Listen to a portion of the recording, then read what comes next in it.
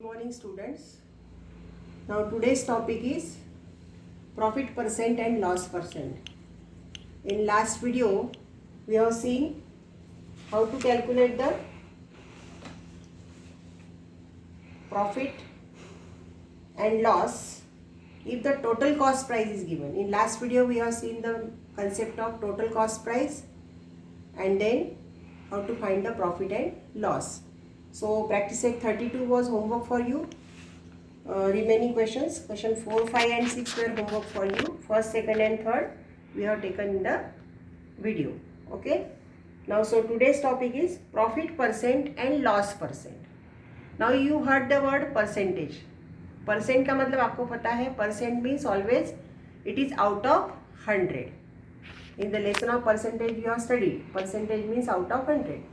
Now what is the use of percentage in this profit and loss? Profit and loss के lesson में percentage का क्या use है? तो उसके लिए हम देखेंगे कि अगर दो ट्रांजैक्शंस दिए हुए हैं आपको और उसमें से आपको डिसाइड करना है कि कौन सा मोर प्रॉफिटेबल है, तो ऐसे वक्त आपको उसका परसेंटेज निकाल के उसको कंपेयर करना होता है. By finding out their percentage we can compare which transaction is more profitable और which is in the loss. Loss है तो लॉस का परसेंटेज फाइंड आउट करना पड़ेगा और प्रॉफिट है तो प्रॉफिट का percentage. So here I have given the note for determining the percentage of profit और लॉस. प्रॉफिट और लॉस का अगर परसेंटेज आपको निकालना है तो क्या करना है हमको? It is compared with the cost price. Cost price से उसको कंपेयर करना होता है. ठीक है. जैसे अभी I have given here the meaning of percent profit and percent loss. 10% profit का मतलब होता है 10 rupees profit on cost price of 100 rupees. You know this 100 rupees पर 10 rupees profit, that is mean by 10% profit. Similarly for the loss 25% loss का मतलब 25 rupees loss on cost price of 100 rupees. 100 rupees पर 25 rupees loss और profit का मतलब 100 rupees पर 10 rupees profit. Okay. अभी ये प्रॉफिट परसेंट और लॉस परसेंट का यूज़ क्या होता है वो हम अभी यहाँ पे एग्जाम्पल में देखेंगे. See here I have taken the two cases. Case 1 में कॉस्ट प्राइस 400 रुपीज़ है और सेलिंग प्राइस 650 है. अभी यहाँ पे कोई नाम न लेते हुए सिर्फ आपको कॉस्ट और सेलिंग प्राइस को बता के उसको एक्सप्लेन किया है. कॉस्ट प्राइस 400 है और सेलिंग प्राइस 650 रुपीज़ है. और केस 2 में कॉस्ट प्राइस 300 है और सेलिंग प्राइस 500 है. यहाँ पे 400 रुपये की चीज़ 650 में बेची है और यहाँ पे 300 की 500 में बेची है. तो विच ट्रांजैक्शन इज़ मोर प्रॉफिटेबल? अभी दोनों में प्रॉफिट हुआ है. देखो यहाँ पे 400 का 650 में बेचा है यानी 250 रुपीज़ प्रॉफिट हुआ है. केस 1 में प्रॉफिट कितना है? 250 रुपीज़. और केस 2 में प्रॉफिट कितना है? 300 से 500 में बेचा है यानी 200 रुपीज़ प्रॉफिट हुआ है. तो आप बताएंगे कि पहले केस में प्रॉफिट ज़्यादा हुआ है, लेकिन you cannot tell in this way क्योंकि दोनों केस में कॉस्ट प्राइस अलग है. यहाँ पे जो प्रॉफिट हुआ है वो 400 रुपीज़ पे 250 रुपीज़ प्रॉफिट हुआ है, लेकिन दूसरे केस में जो प्रॉफिट है वो 300 रुपीज़ पर 200 रुपीज़ प्रॉफिट हुआ है. तो unless we cannot find out the profit on the 100 rupees, जब तक हम 100 रुपीज़ पर कितना प्रॉफिट हुआ है वो नहीं फाइंड आउट करते, इसका मतलब जब तक हम उसका परसेंटेज फाइंड आउट नहीं करते तब तक हम बता नहीं सकते कि कौन सा ट्रांजैक्शन मोर प्रॉफिटेबल है. अंडरस्टैंड? सो यहाँ पे दिखा है कि इन case 1 and case 2 here the profit is this one and in the case 2 it is 200 but their cost price is different. दोनों में cost price अलग है. यहाँ पे 400 पे प्रॉफिट हुआ है, यहाँ 300 पे हुआ है. so their cost price is different. so to determine which transaction is more profitable we have to calculate their percentage. हमको उसका परसेंटेज फाइंड आउट करना पड़ेगा. दोनों केस का परसेंटेज निकालना है. केस 1 में कितना परसेंट हुआ है प्रॉफिट और केस 2 में कितना हुआ है, तो उसके स्टेप्स इस वे से हैं. Now here we have seen the two cases, case 1 and case 2. In case 1 the profit is 250 rupees In case 2, profit is 200 rupees. But here the profit of both the cases is on different cost price. दोनों में cost price अलग अलग है. यहाँ पे जो profit हुआ है वो 400 रुपीज़ पे हुआ है और यहाँ जो प्रॉफिट हुआ है वो 300 रुपीज़ पे हुआ है. यानी कॉस्ट प्राइस अलग अलग है. So we cannot tell directly which transaction is more profitable. तो उसके लिए हमें उसका परसेंटेज फाइंड आउट करना है. So for determining the which transaction is more profitable, we have to calculate the percent profit, and percent profit means profit on 100 rupees. So take the case 1. Suppose here A% profit is there. Case 1 में suppose A% profit है. A% का मतलब profit on 100 rupees is A rupees. So and we know the profit on 400 is 250 rupees. Case 1 में profit 250 है 400 में. इन दोनों को equate करना है, इक्वल करना है दोनों रेशियोज़ को. Take the ratio and make it equal and do the cross multiply. We want to find the value of A. A का वैल्यू हमको निकालना है. तो क्योंकि हमने ए को सपोज किया है, दिस इज सपोज, 100 रुपीज़ में कितना प्रॉफिट हुआ है वो हमको फाइंड आउट करना है और उसको हमने सपोज किया है. सो for finding the value of A, we will solve this. Do the cross multiply. A multiply by 400 is equal to 250 multiply by 100. अभी हमको A का वैल्यू फाइंड आउट करना है, इसलिए 400 को इधर ट्रांसफ़र किया. Now this 100 get cancel with is 400. 100 1 जार, 100 4 जार. यहाँ डिनोमीटर में 4 आया. 250 को 4 से डिवाइड किए तो आंसर आता है 62.5%. सो केस 1 में 62.5% प्रॉफिट हुआ है. अभी हम केस 2 देखेंगे. तो केस 2 में सपोज हम करेंगे, suppose B% profit is there. Case 2 में सपोज B% प्रॉफिट हुआ है. इसका मतलब क्या, 100 रुपीज़ पर B रुपीज़ प्रॉफिट हुआ है और हमको दिया है 300 पे 200 प्रॉफिट हुआ है केस 2 में. इन दोनों को फिर से ये दोनों रेशियोज़ को इक्वल करना है. उसके बाद हमको B की वैल्यू फाइंड आउट करनी है, इसलिए B multiply by 300 cross multiply करेंगे is equal to 100 multiply by 200. Now we want to find B, so transfer this 300 here. ये डिनोमिनेटर में जाएगा, यहाँ मल्टीप्लिकेशन में है तो यहाँ डिवीजन में जाएगा. 100 1 जार, 100 3 जार, ये कैंसिल हो गया. और 200 को 3 से डिवाइड किए, यहाँ पे डिवीजन करके दिया है तो आंसर ही 66.6%. तो केस 2 में 66.6% प्रॉफिट हुआ है और केस 1 में 62.5% प्रॉफिट हुआ है. तो कौन सा ट्रांजैक्शन मोर प्रॉफिटेबल हुआ है, second transaction. Second transaction is more profitable than the first. Okay,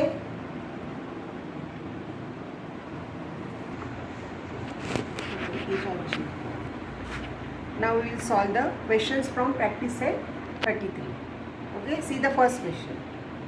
Maganlal bought trouser for rupees 400 and shirt for rupees 200 and sold them for 448 and 250 respectively.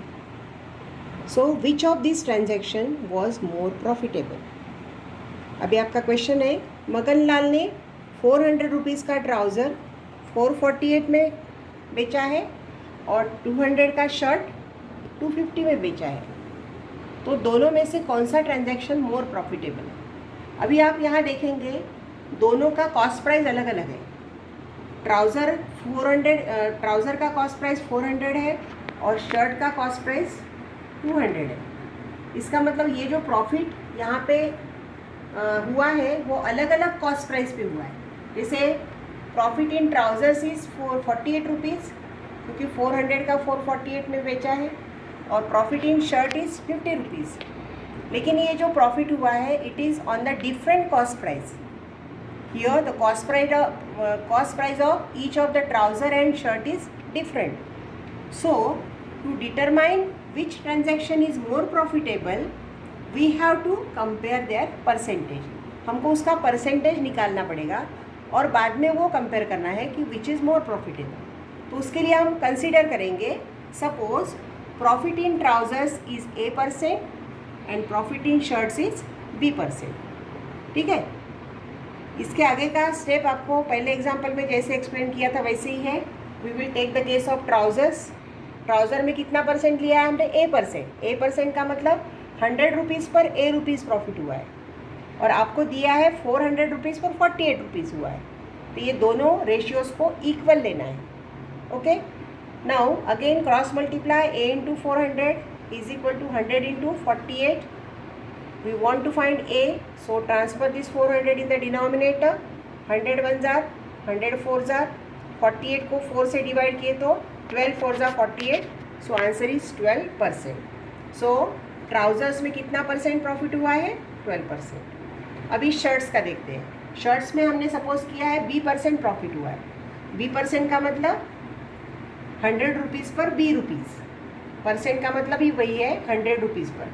100 rupees पर B rupees हुआ है और यहाँ पे आपको दिया है 200 रुपीज़ पर 50 रुपीज़ प्रॉफिट हुआ है. So both the ratios we have to make it equal.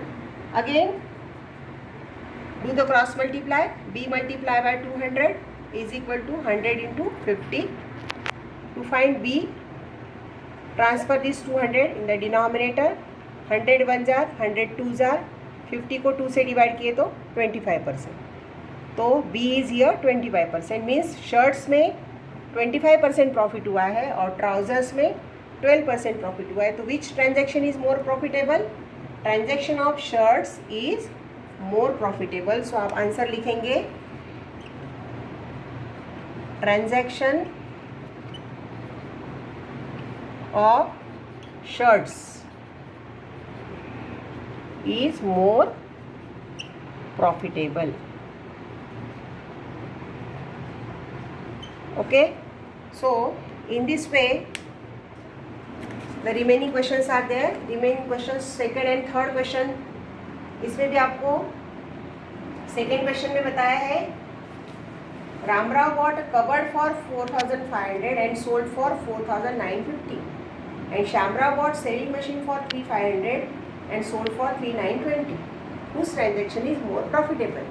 यहाँ पे सिर्फ अभी नाम बदले हैं और प्राइस बदली है, बाकी मेथड सेम है. Instead of shirt and trouser here आपको कबर्ड एंड सेविंग मशीन दिया है.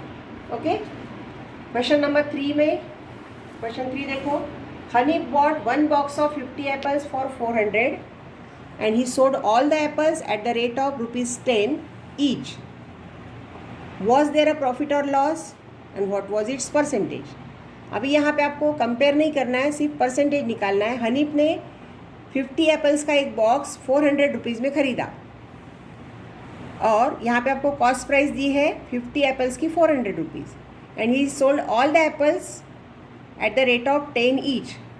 50 एप्पल्स थे, वो 10 रुपीज़ ईच के हिसाब से उसने बेचे. तो आपको यहाँ पे सेलिंग प्राइस कैलकुलेट करनी है.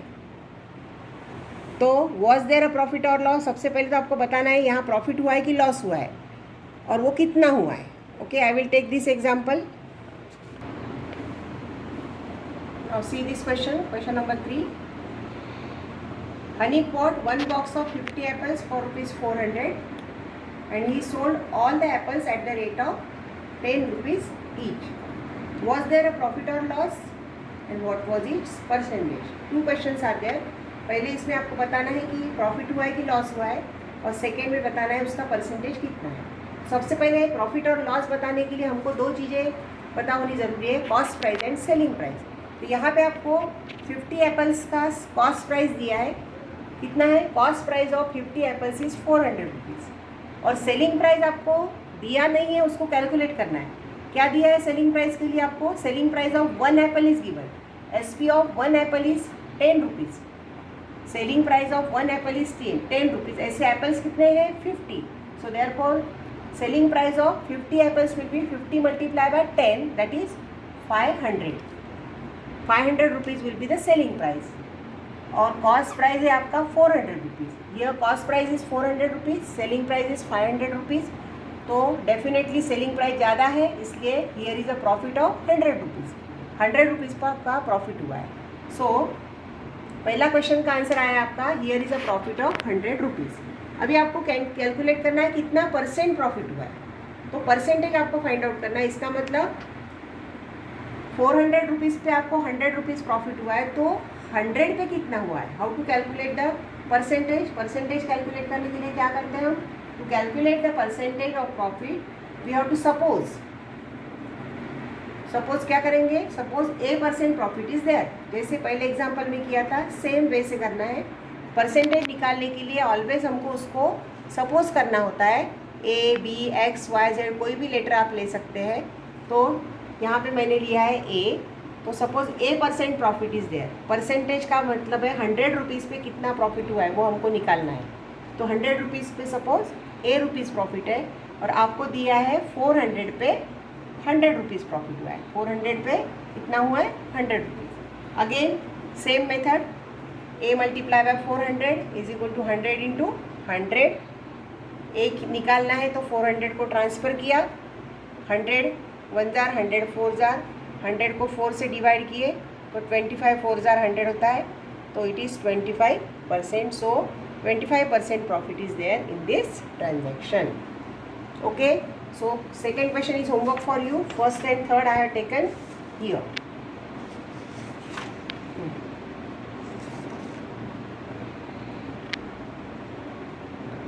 आता हा